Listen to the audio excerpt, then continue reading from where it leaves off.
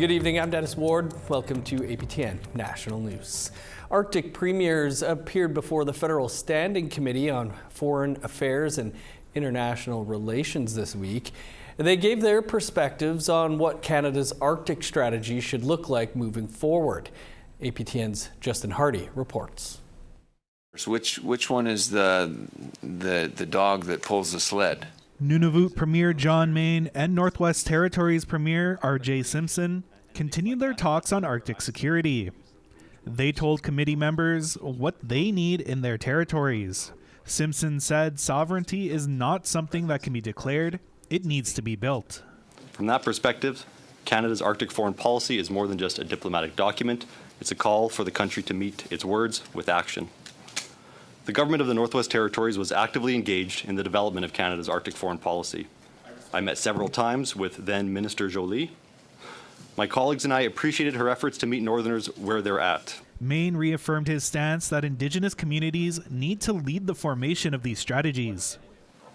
The Nunavut Arctic Security and Sovereignty Strategy outlines that Indigenous peoples, Inuit in our case, and inhabitants of the Arctic must be the key architects of any strategy, policy, framework, or action plan about the region. Following the Premier's remarks, the floor was open for questions from members of Parliament. Most of their questions centered around Arctic infrastructure. Tim Watchorn, a Quebec Liberal MP, asked what the North wanted to see come out of proposed Arctic military projects. A while ago, you talked about the dual-use project. What will your priorities be for these dual-use projects? What are your priorities for investments in the North?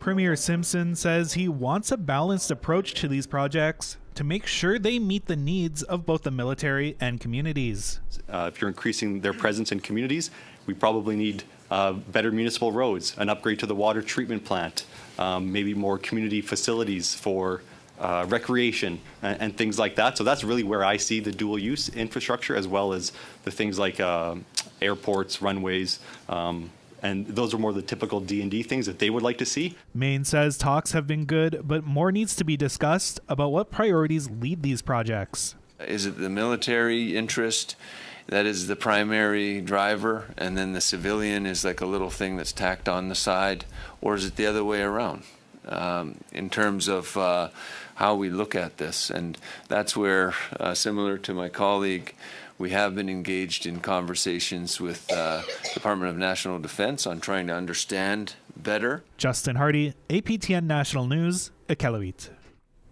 The governments of Canada and Nunavut made a $480 million housing announcement on Friday.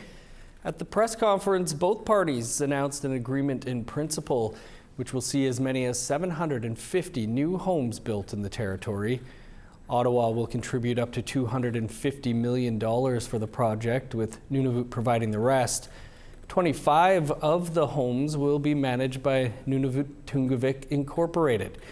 The announcement was made at the Ottawa-based construction company Sivan, which will help in the building of some of the homes. Nunavut Housing Minister Cecile Nelvana Lyle had this to say. Today's announcement is about more than just housing units. It's about ensuring that Nunavummiut can participate fully in social and economic life. It represents a measure of hope that people will have places to rest after long days, where children can study, and where families can plan a future. After years of effort and advocacy from grieving families, the Northwest Territories Missing Persons Act is now enforceable. The act is specifically designed to help police in locating a missing person where no criminal investigation is underway. Regulations outline procedures for the way RCMP ask to access records or carry out searches, procedures and requirements for officers making emergency demands, and how people whose information has been accessed will be told. It gives police new tools like the power to urgently request a missing person's records from banks, colleges, and other institutions.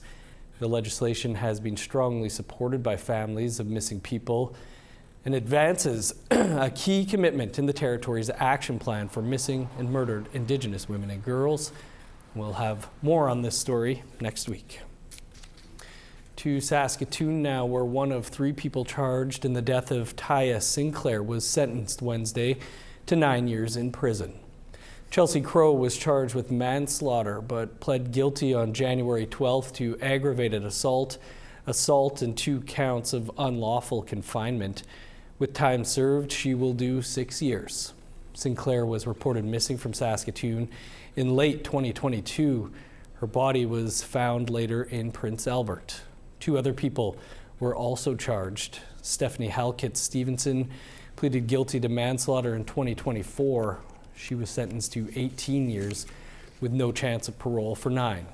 Michael Smiley is charged with first-degree murder. That trial is expected to continue next week in Saskatoon. 2 people have died and 3 others have been seriously injured in a 2-vehicle collision in the Sunchild First Nation in Alberta. On Wednesday at around 8:30 p.m., Rocky Mountain House RCMP were called to Sunchild. They found 2 people deceased, with 2 more with serious injuries in 1 vehicle. The driver of the second vehicle was also seriously injured.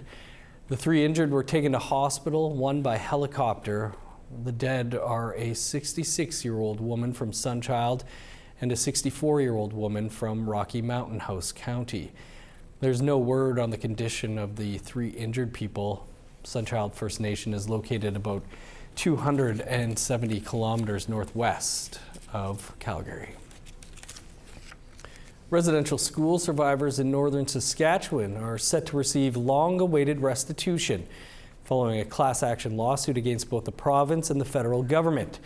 Canada has signed a settlement agreement ahead of court proceedings. On Thursday, Secretary of State Buckley Belanger met with residential school survivors in Île-à-la-Crosse to sign a settlement agreement. Survivors of Île-à-la-Crosse will receive between $10,000 and $15,000 depending on attendance, with $10 million dedicated to healing, education, and commemoration. The 2022 lawsuit against Canada and Saskatchewan followed the school being excluded from the Indian residential school settlement. Canada signed an agreement in principle for $27 million in March 2025, while the government of Saskatchewan offered $40 million to survivors in September 2025. Court approval for the agreement with Canada is set for March 30th. The Blood Tribe is the latest to warn its citizens about travel to the United States. That story and much more still to come.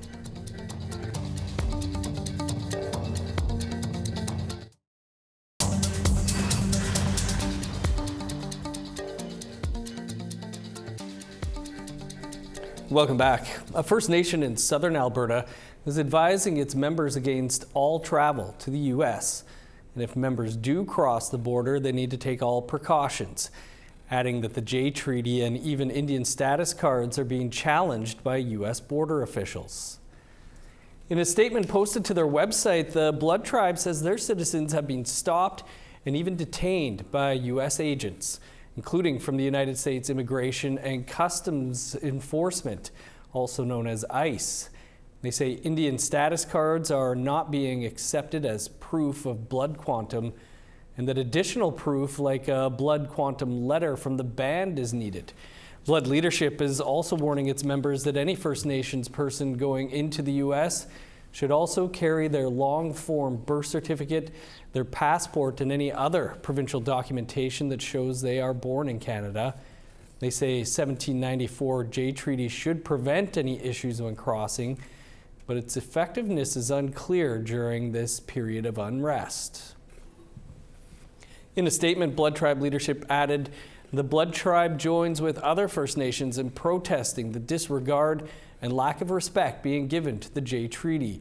We urge Blood Tribe members not to rely on the fact that we have a right to pass and repass the border freely, and to take all precautions to ensure that their ID is up to date and in their possession when traveling." The Assembly of First Nations also condemned the U.S. for not respecting inherent Jay Treaty rights for First Nations people. They also advised First Nations people to use caution and have all required documentation when crossing the border. A Gwich'in man from Nunavut in the Northwest Territories says he was temporarily detained by United States border agents last week when they demanded he produce blood quantum documentation. Harley Manakis says the detainment occurred at a Texas airport when he was traveling back to Canada with his family following an international trip. He says border agents separated him from his wife and 2 children as they were going through customs. Manakis says he was flagged because of a minor marijuana possession charge from over 20 years ago. According to him, agents told him he would need to prove he was at least 50% First Nations or be held for processing. He says agents also threatened to revoke his Jay Treaty rights, which guarantees the free passage of eligible First Nations peoples across the U.S.-Canada border. Manakis says after his First Nation was able to provide the requested documentation, he was released about 2 hours later. More or less, if you don't need to go there, don't go there right now. Like, whatever headaches they have going on there, we just don't need to be a part of it. Last week was filled with tension for Greenland, from a threat by U.S. President Donald Trump to take the territory by force to a government advisory preparing people to survive at home for 5 days without power. But day-to-day life continues as APTN's video journalist Angel Moore reports on how Greenlanders' lives go beyond politics. I'm here at the wharf in beautiful Nuuk, Greenland. The city is bustling today as people get back to their regular lives, clearly tired of the international attention. For example, it was business as usual as locals shop for seal. Elias Ling is a former fisherman. He now works at the market. He wanted to talk about fish, not Trump. Ling says fishers are more worried about the impacts of climate change. He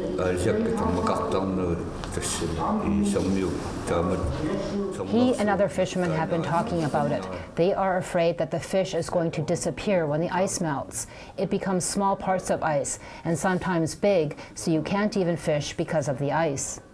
Last week, the world's eyes were on Greenland after U.S. President Donald Trump threatened to take the Danish territory by force.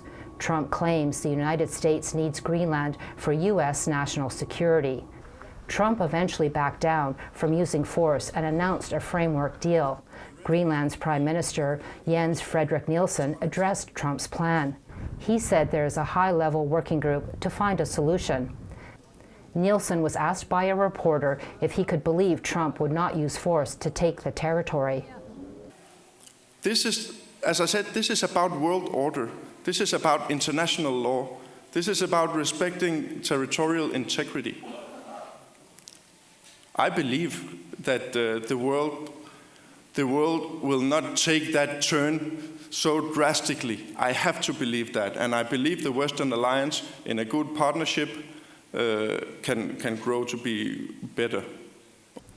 But for Team Greenland, it's sports that's on their minds and not politics as they prepare for the upcoming Arctic Winter Games taking place in Whitehorse in March. It's about sports. So what we're going to focus is sports and how the sport bring us joy. Mm-hmm. So it's important for us to take these things with us. Mm-hmm. I also think that people and the whole delegation are looking forward to go there so we can have a great time together and not think about anything else. Mm-hmm. Sport is alive and well in Nuuk. Michael Kleist and his daughter Carla catch a women's soccer game. Carla is 14 years old. She is a badminton player on Team Greenland. Michael is the president of Greenland Badminton. He says the Arctic Games and cultural events are important to celebrate. We hope that she will enjoy and meet some new friends and take it as it is. It's a long way from here, but I know they are looking forward to it, and I know even though Carla is quiet, she is looking forward to going as well. Greenlanders continue to live as normal as possible despite the uncertainty. People who did not want to appear on camera said people are scared of the uncertainty. Sarah Olsey is the international chair of the Inuit Circumpolar Council.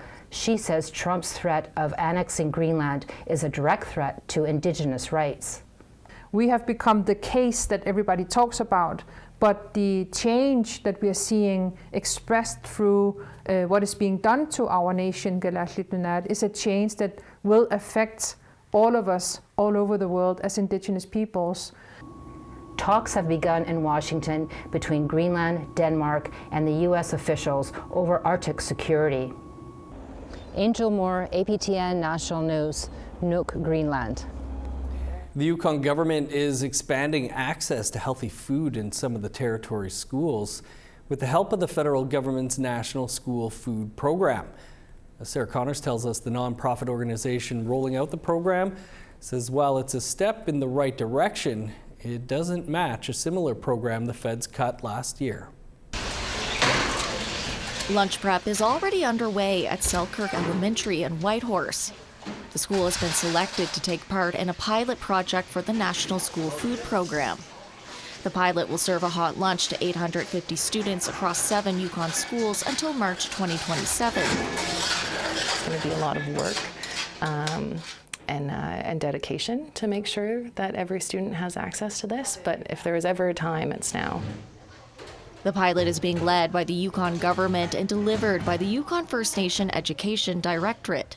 The Directorate says this is the first program of its kind in the territory to offer a universal lunch. It's taking a real step forward and getting us closer to being able to offer school food for every student. The Yukon government says the focus now is on a phased rollout. That means collecting data and addressing logistical challenges to better understand what works and what doesn't before expanding the program further.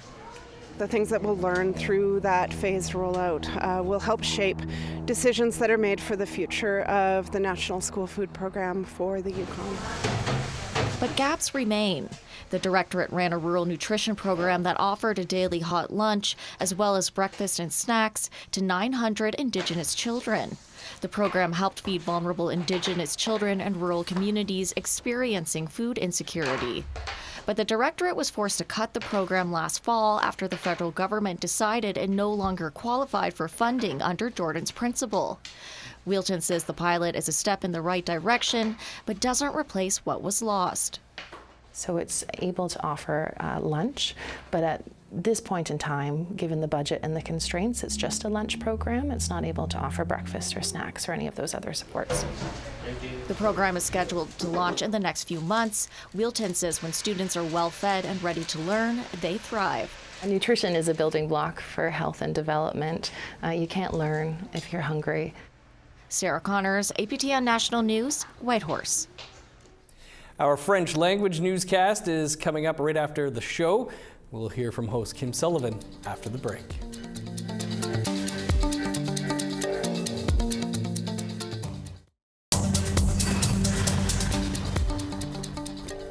Welcome back. Time now for our photo of the day. Colder temperatures often bring out the sun dogs, and Dave Menzies snapped this photo on a cold Manitoba day. Thanks, Dave, as always. Send your pictures to share at aptn.ca for the chance to be our next photo of the day. Now let's take a look at Saturday's weather forecast.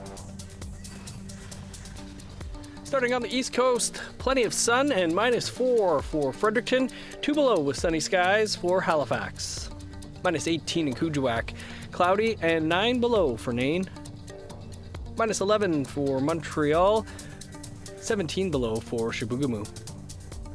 -8 for Sault Ste. Marie, 11 below for Ottawa. Cloudy and -6 for Thunder Bay, sun's out and -7 for Sioux Lookout. -14 for Norway House and the Paw, 9 below for God's Lake. -11 for Winnipeg, snow and -2 in Dauphin. +1 for Regina and North Battleford. 0 for Meadow Lake, snow and -8 for La Ronge. In northern Alberta, Minus 11 for High Level, 14 below for Fort Chipewyan.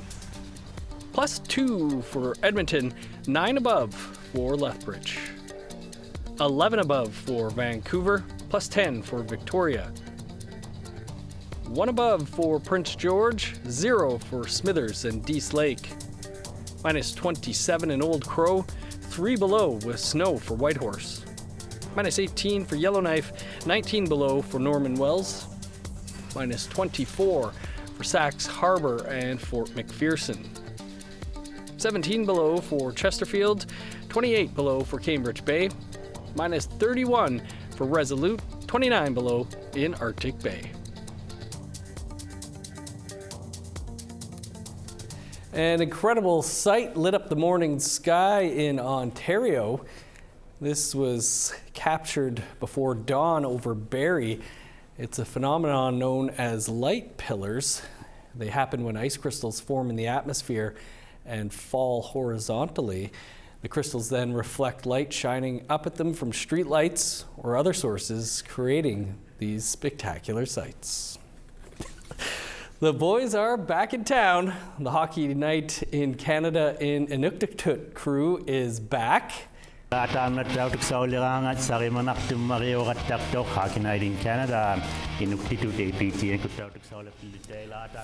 can tune in to APTN this Saturday and listen as Pujuk Kuzigak, David Niyenayonoyang, and Robert Kapvituyan deliver the second Inuktitut Hockey Night in Canada this year. The game between the New Jersey Devils and Ottawa Senators marks the second out of 3 games in Inuktitut this year before the broadcast series moves into Plains Cree. The Devils beat the Ottawa Senators 4-3 in their last game on December 9th. You can catch the game on APTN this Saturday at 7 p.m. Eastern Time for the exclusive Inuktitut commentary. Well, it's time to hand it over to the host of our French broadcast, Nouvelle Nationale, Kim Sullivan. Kim, tell us what you have on tonight's episode. Hey Dennis, what a week in Quebec. 2 dead in Manawan, 5th femicide for 2025 in the province. So we do expand into a report on violence and potential solutions to it tonight. We also bring you the latest on yesterday's shooting in Mistassini. Members of Kitsekik had a favorable ruling about the abuse they were victim of at day school. And I have a beautiful sit-down interview with Senator Michelle Odette in her home, beating and talking, not to be missed tonight, 6:30 Eastern. Good stuff. Thanks, Kim. You can catch the show in just a few seconds from now. We're all out of time for your APTN National News for this Friday, January 30th. See you later, January. For news anytime and more, you can visit our website, aptnnews.ca. I'm Dennis Ward. Marcy Miigwech. Thanks for being with us. Stick around. Kim's up next. Have a great night.